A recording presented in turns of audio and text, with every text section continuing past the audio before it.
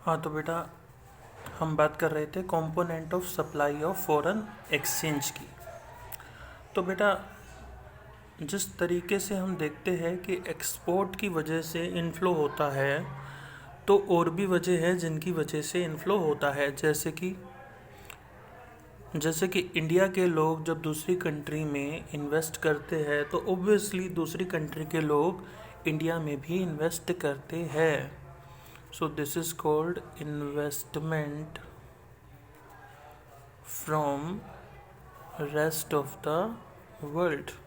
तो दूसरे देशों से जो हमारे पास इन्वेस्टमेंट आती है, उससे भी बेटा हमारे पास डॉलर का रिज़र्व जो है वो बढ़ता है, इंडिया में डॉलर आता है। अब तीसरा पॉइंट हम देखते हैं। तीसरा पॉइंट में हम ये देखते हैं कि इंडियन टूरिज़्म। बेटा, आपने देखा है कि कितने देशों से लोग इंडिया में विज़िट करते हैं, डिफरेंट डिफरेंट प्लेसेस पर जाते हैं और वहाँ पर मनी स्पेंड करते हैं। तो जिस तरीके से हमारे लोग जब दूसरी कंट्री में जाते हैं तो उन्हें डॉलर लेकर जाना होता है, ठीक उसी तरीके से जब दूसरी कंट्री के लोग इंडिया में आते हैं तो उन्हें भी बेटा अपने साथ क्या लाना होता है? डॉलर। और बेटा, इंडिया में जो भी डॉलर आता है वो किसके पास जाता है? आरबीआई के पास। ठीक है सर।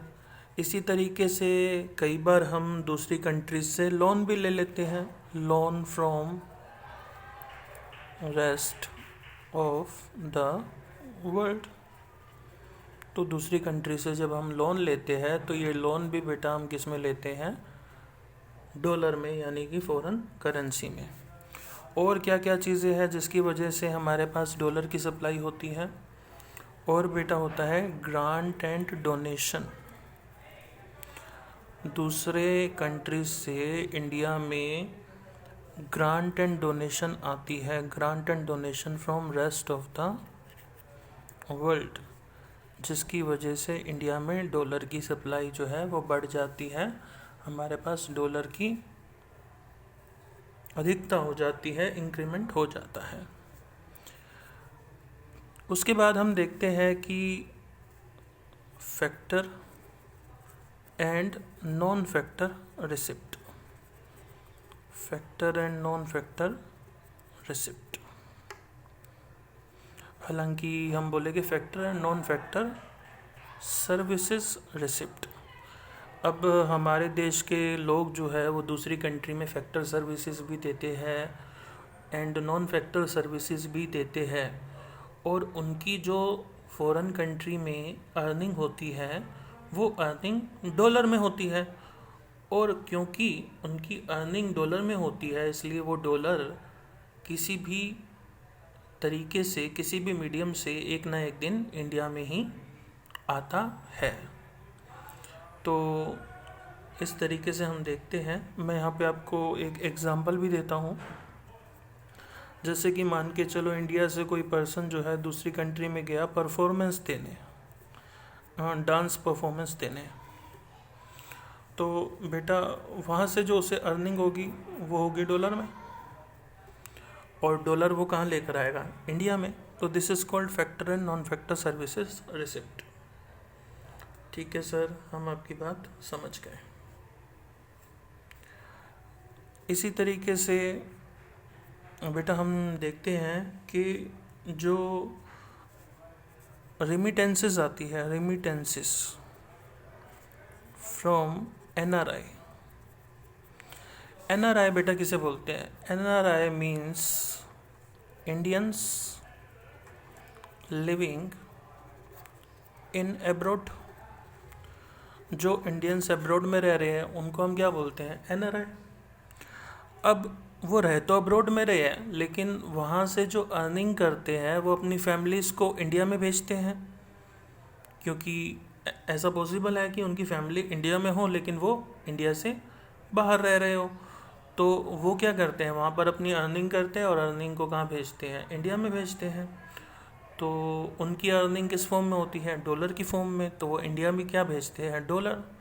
तो यहाँ इस तरीके से हम देखते हैं ये सारे जो रीज़न्स हैं जिनकी वजह से इंडिया में डॉलर की सप्लाई होती है। तो ये सब कंपोनेंट्स हैं जो इस बात को डिफ़ाइन करते हैं कि इंडिया में डॉलर का सोर्स या फिर फॉरेन एक्सचेंज का सोर्स क्या है। ठीक है sir.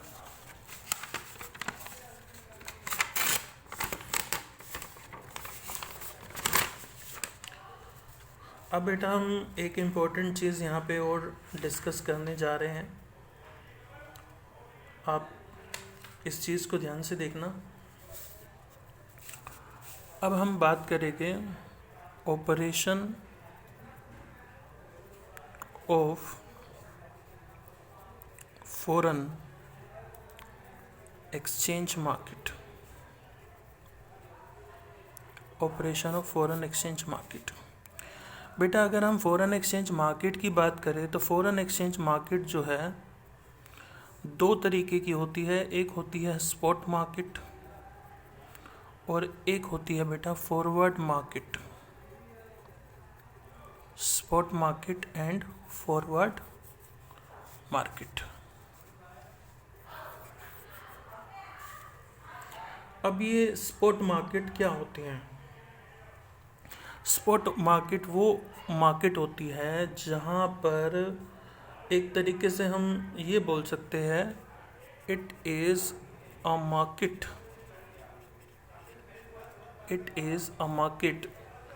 Where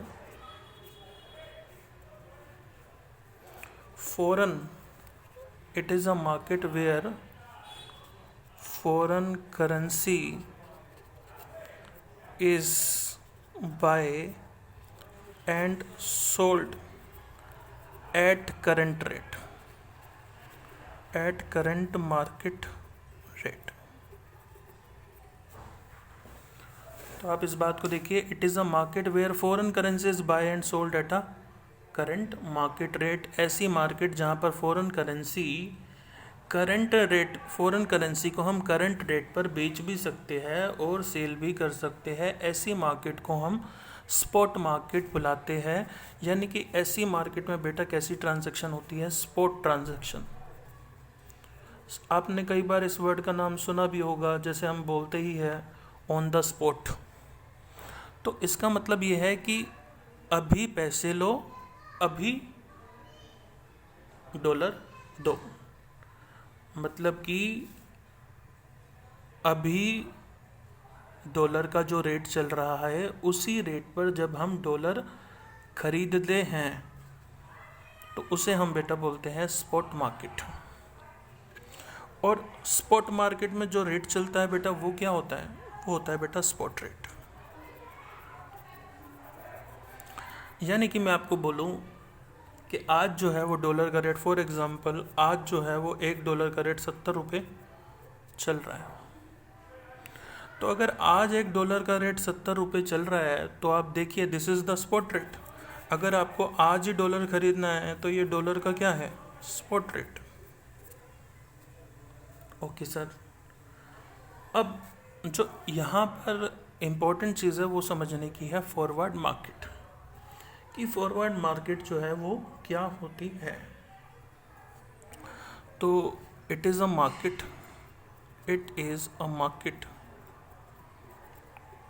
where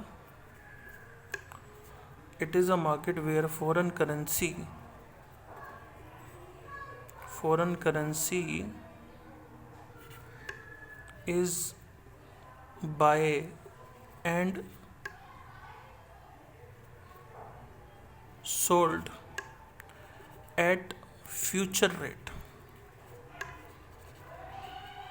It is a market where foreign currency is buy and sold at future rate। एक ऐसी मार्केट जहाँ पर फॉरेन करेंसी जो है वो फ्यूचर के रेट पर खरीदी या बेची जाती है, उसको हम बेटा क्या बोलते हैं? फॉरवर्ड मार्केट बोलते हैं।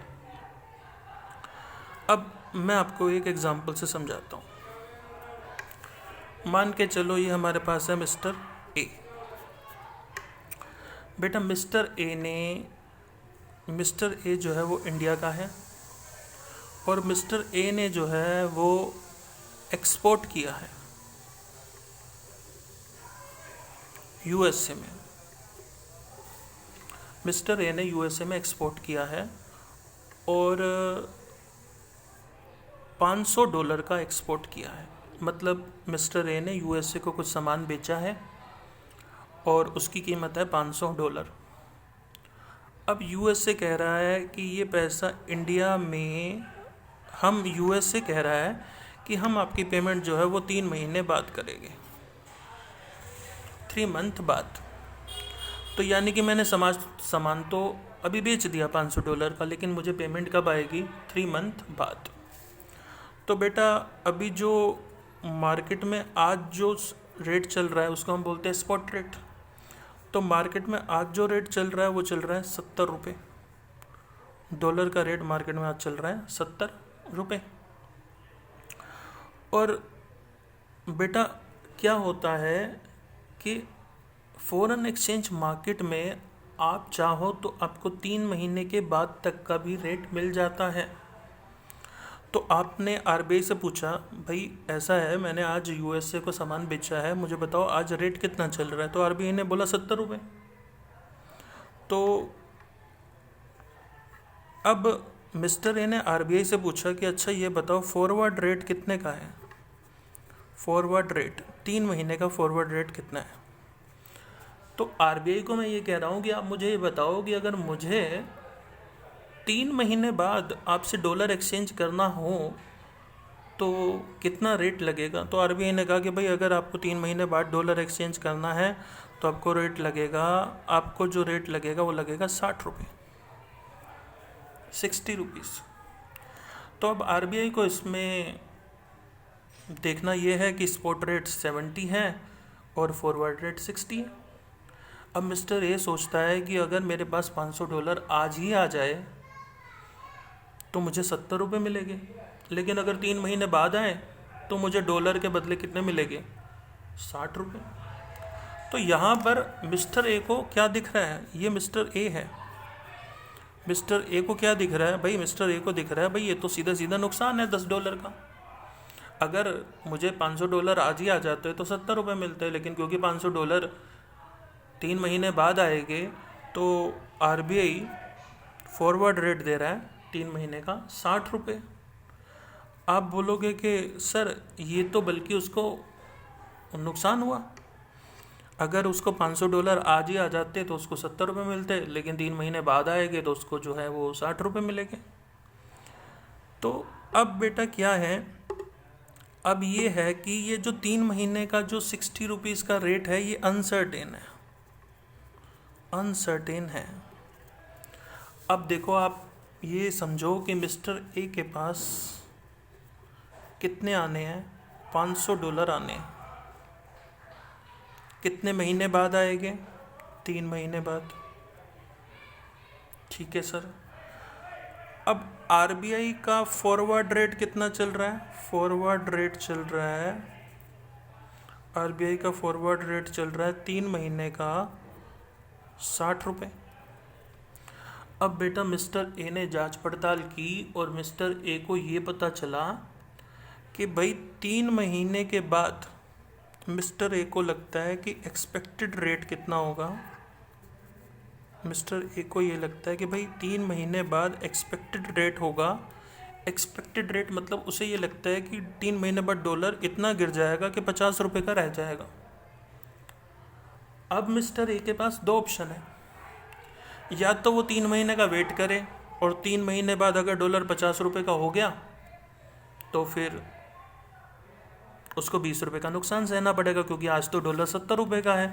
अगर वो 3 महीने बाद का वेट करेगा और डॉलर 3 महीने बाद ₹50 का हो गया जैसा कि उसे लगता था, तो उसको ₹20 का नुकसान होगा।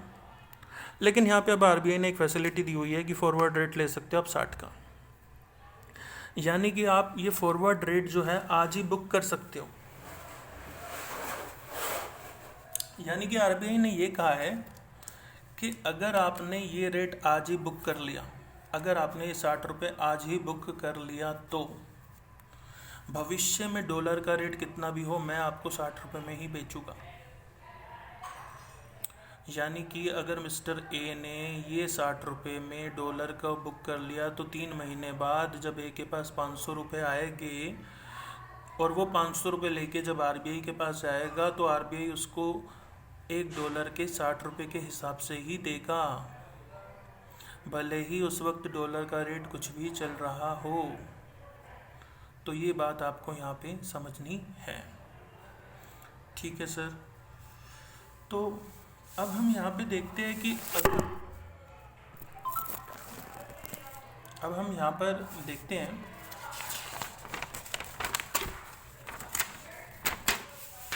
कि मान के चलो मिस्टर ए के पास कितने आने हैं, $500। कितने महीने बाद आने हैं, 3 महीने बाद। और अभी का स्पॉट रेट कितना चल रहा है, अभी का स्पॉट रेट चल रहा है सर 70 रुपये। मिस्टर ए ने आरबीआई से पूछा कि अगर मैं आपसे 3 महीने के बाद का एक कॉन्ट्रैक्ट करना चाहूँ तो मुझे रेट कितना लगेगा, उसे हम क्या बोलते हैं, फॉरवर्ड रेट। तो आरबीआई ने बोला कि अगर आप मुझे 3 महीने बाद डॉलर बेचोगे तो मैं आपको 60 रुपये दूंगा, लेकिन वो तभी दूंगा जब आप कॉन्ट्रैक्ट आज करो। फॉरवर्ड रेट में बेटा ध्यान देना, कॉन्ट्रैक्ट जो होगा वो आज होगा, कॉन्ट्रैक्ट होगा आज, टुडे। एंड डॉलर जो एक्सचेंज होगा, डॉलर जो सेल करेगा ए आरबीआई को, वो करेगा 3 महीने बाद, क्योंकि डॉलर तो 3 महीने बाद आना है। अब आरबीआई ने कहा कि भाई फॉरवर्ड रेट 60 रुपये है, अगर आपको बुक करना है तो ठीक है, नहीं तो मत करो, आपकी इच्छा है। अब मिस्टर ए के पास क्या है, 2 ऑप्शन है। मिस्टर ए के पास 2 ऑप्शन है। पहला ऑप्शन क्या है, पहला ऑप्शन ये है कि 3 महीने का वेट करे, 3 महीने का वेट करे। 3 महीने बाद जो भी स्पॉट रेट चल रहा होगा उस पे जो है अपना डॉलर बेच देगा या फिर एक्सचेंज करवा लेगा।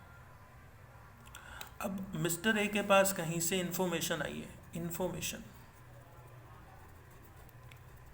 मार्केट में इन्फॉर्मेशन चलती रहती है। मिस्टर ए के पास इन्फॉर्मेशन आई है कि भाई 3 महीने बाद तो डॉलर का रेट हो जाएगा 50 रुपये। अब जो चीज़ आज 70 की है, 3 महीने बाद लग रहा है कि वो 50 की हो जाएगी, तो अगर मैं 3 महीने बाद डॉलर का एक्सचेंज करवाता हूँ तो फिर स्पॉट रेट के हिसाब से तो मुझे कितने मिलेंगे, $500 के 50 रुपये के हिसाब से कितने मिलेंगे, 25,000 रुपये। लेकिन आरबीआई क्या कह रहा है, मैं आपको फॉरवर्ड रेट लगा रहा हूँ 60 रुपये, अगर आप आज ही बुक करना चाहो तो 60 रुपये बुक कर सकते हो। तो मैंने क्या किया, यानी कि ए ने क्या किया, 60 रुपये बुक करवा लिए। अब 60 रुपीज़ जब ए बुक करवा लेगा तो 3 महीने बाद, आफ्टर 3 मंथ, डॉलर का रेट कुछ भी चल रहा हो, डॉलर का रेट कुछ भी चल रहा हो, मिस्टर ए को 60 रुपीज़ मिलेंगे। यानी कि अगर मिस्टर ए ने 3 महीने बाद एक्सचेंज करवाया तो मिस्टर ए को कितने मिलेंगे, $500 के 60 रुपये के हिसाब से 30,000। यहाँ पर कितने मिल रहे थे, 25, यहाँ कितने मिल रहे हैं, 30,000। तो आप इस बात को समझिए कि फॉरवर्ड रेट लेने से आप अपने रिस्क को कम कर सकते हो। फॉरवर्ड रेट का फ़ायदा क्या है, फॉरवर्ड रेट का फ़ायदा ये है, one can reduce the risk from the fluctuation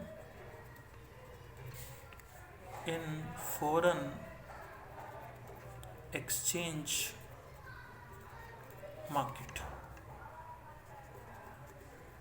तो फॉरवर्ड रेट का ये फ़ायदा हो गया। ठीक है, अगर मिस्टर ए फॉरवर्ड रेट आज नहीं लेगा और 3 महीने बाद डॉलर का रेट 50 हो गया तो उसको कितने मिलेंगे, 25,000। और अगर मिस्टर ए आज ही ये 60 रुपये बुक करवा ले तो उसको 3 महीने बाद कितने मिलेंगे? 30,000 रुपये, भले ही डॉलर का रेट कितना चल रहा हो, 50 रुपये। तो मान के चलो इसको 30,000 रुपये मिल गए। अब मान के चलो एक्चुअली में 3 महीने बाद रेट कितना होता है एक्चुअली में। एक्चुअल सिचुएशन देखो क्या होती है। अब एक्चुअल सिचुएशन देखो कुछ भी हो सकती है, क्योंकि यहाँ पे तो सिर्फ एक फोरकास्ट था कि 50 रुपये होगा, और अगर वास्तव में ही 50 रुपये हुआ, एक्चुअल सिचुएशन ये हुई कि अगर डॉलर का रेट $1 3 महीने बाद वास्तव में एक्चुअली में 50 रुपये का हुआ तो इसको फ़ायदा, क्योंकि तब तो इसको कितने मिलते 25, लेकिन अब कितने मिल रहे हैं 30। दूसरी तरफ अगर मान के चलो हुआ उल्टा, इसने सोचा कितना था 50 का, लेकिन डॉलर का रेट कितने का हो गया 80 का, तो फिर 3 महीने बाद इसको कितने मिलते हैं 3 महीने बाद इसको मिलते 50 इंटू में 80, 40,000। लेकिन क्योंकि इसने पहले से ही फॉरवर्ड रेट ले लिया है तो इसको मिलेंगे कितने 30। तो यानी कि फॉरवर्ड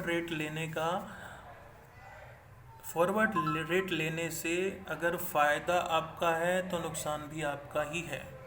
हाँ, अगर आपकी इन्फॉर्मेशन पक्की है तो आप अपने नुकसान को कम कर सकते हो, बिल्कुल कम कर सकते हो। जहाँ पे आपको 25,000 मिलने थे वहाँ पे आपको 30,000 रुपये मिल रहे हैं। यानी कि कंक्लूजन में ये है कि आरबीआई जो है वो 2 रेट जो है डिस्क्लोज करता है, एक स्पॉट रेट होता है और एक फॉरवर्ड रेट होता है। तो स्पॉट रेट जो है वो स्पॉट मार्केट में होता है, फॉरवर्ड रेट जो होता है वो फ्यूचर रेट होता है। फॉरवर्ड रेट को हम फ्यूचर रेट भी बोलते हैं।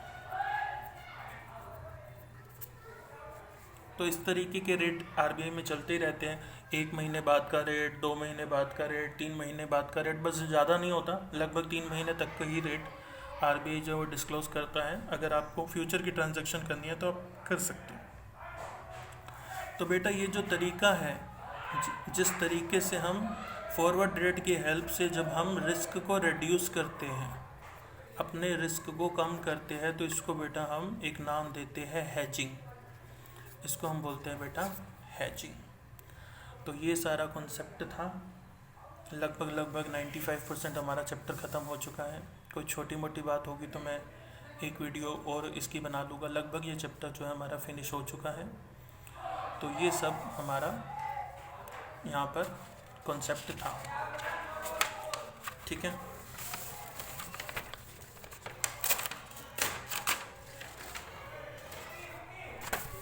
तो बेटा यहाँ पे हमने एक नाम डिस्कस किया है hedging.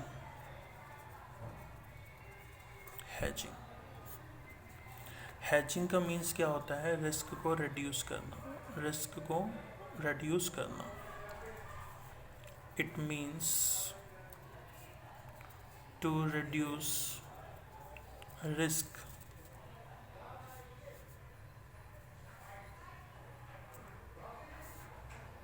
It means to reduce risk in foreign exchange market due to fluctuation in forex rate। तो ये इसका मतलब होता है। आई होप आपको मेरी बात समझ में आई होगी। फिर भी एक बार शॉर्ट में मैं दोबारा बताऊं, स्पॉट मार्केट में क्या होगा? 2 days transaction, 2 days rate,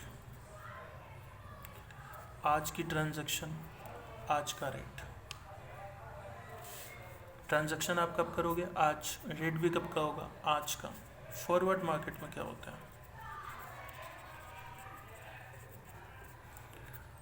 2 days transaction eight future rate. यहाँ पर आपकी ट्रांजैक्शन तो आज ही हो रही है, लेकिन रेट कब होगा? फ्यूचर का। लेकिन रेट कौन सा लगेगा? फ्यूचर का रेट लगेगा। ये जो फ्यूचर का रेट है, इसी को बेटा हम क्या बोलते हैं? Future forward rate. ठीक है बेटा, तो लगभग हम अपनी सारी बातें जो है वो कवर कर चुके हैं। इसकी एक क्लास और आएगी, उसके बाद ये चैप्टर हम फिनिश करेंगे। Thank you so much.